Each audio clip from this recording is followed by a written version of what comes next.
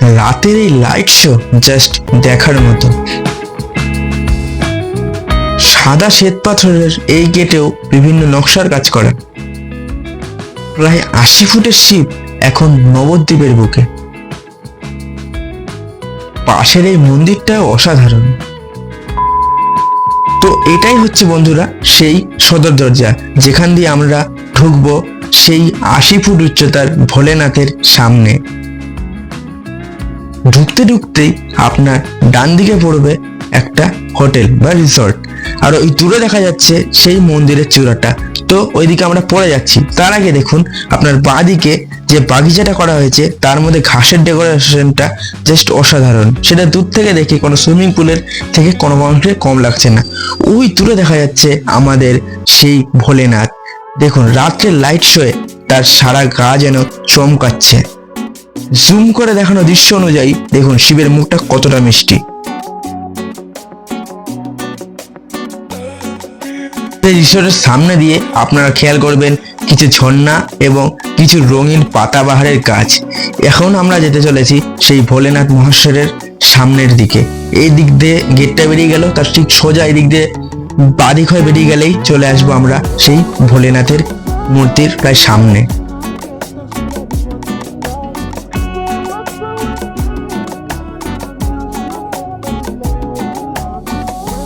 অসাধারণ অসাধারণ বন্ধুরা, লাইটেরই খেলা। ওইখানে দূরে যে পাহাড়টা শিবের তলায়, তার মধ্যে বিভিন্ন লাইটের খেলাতে বিভিন্ন লেখা কিংবা অনেক সময় অনেক কিছুর অবয়ব ভেসে উঠছে। এবং দেখুন সেই লাইটের খেলাতে শিবের তৃতীয় নয়ন যেন এখানে জেগে উঠেছে। শিবের ত্রিশূল সেটাও ভালোভাবে চমকাচ্ছে। এখন আমরা যাব শিবের একদম সম্মুখে, তো দেখতে থাকুন।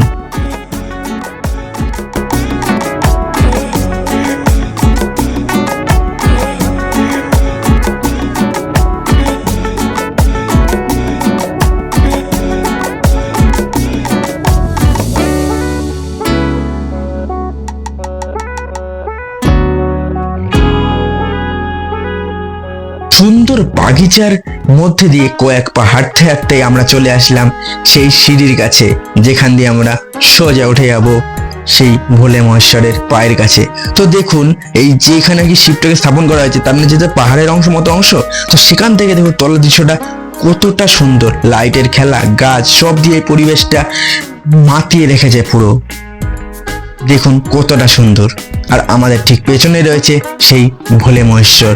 সত্যি লাইটের অসাধারণ খেলায় সেই ভোলে মহেশ্বরকে সত্যি জীবন্ত মনে হচ্ছে।